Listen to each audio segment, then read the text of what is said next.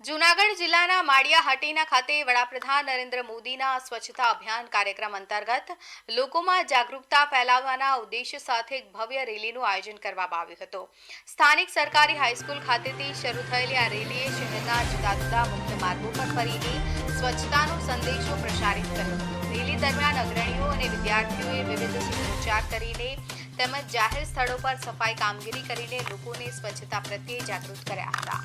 આ લોક જાગૃતિ રેલીમાં જિલ્લા પંચાયત સદસ્ય જીતુભાઈ સિસોદિયા, ચેમ્બર પ્રમુખ મહેન્દ્રભાઈ ગાંધી, સરપંચ સંજયભાઈ પટેલ સહિતના સ્થાનિક આગેવાનો, સરકારી કર્મચારીઓ અને મોટી સંખ્યામાં શાળાના વિદ્યાર્થીઓ ઉત્સાહભેર જોડાયા હતા।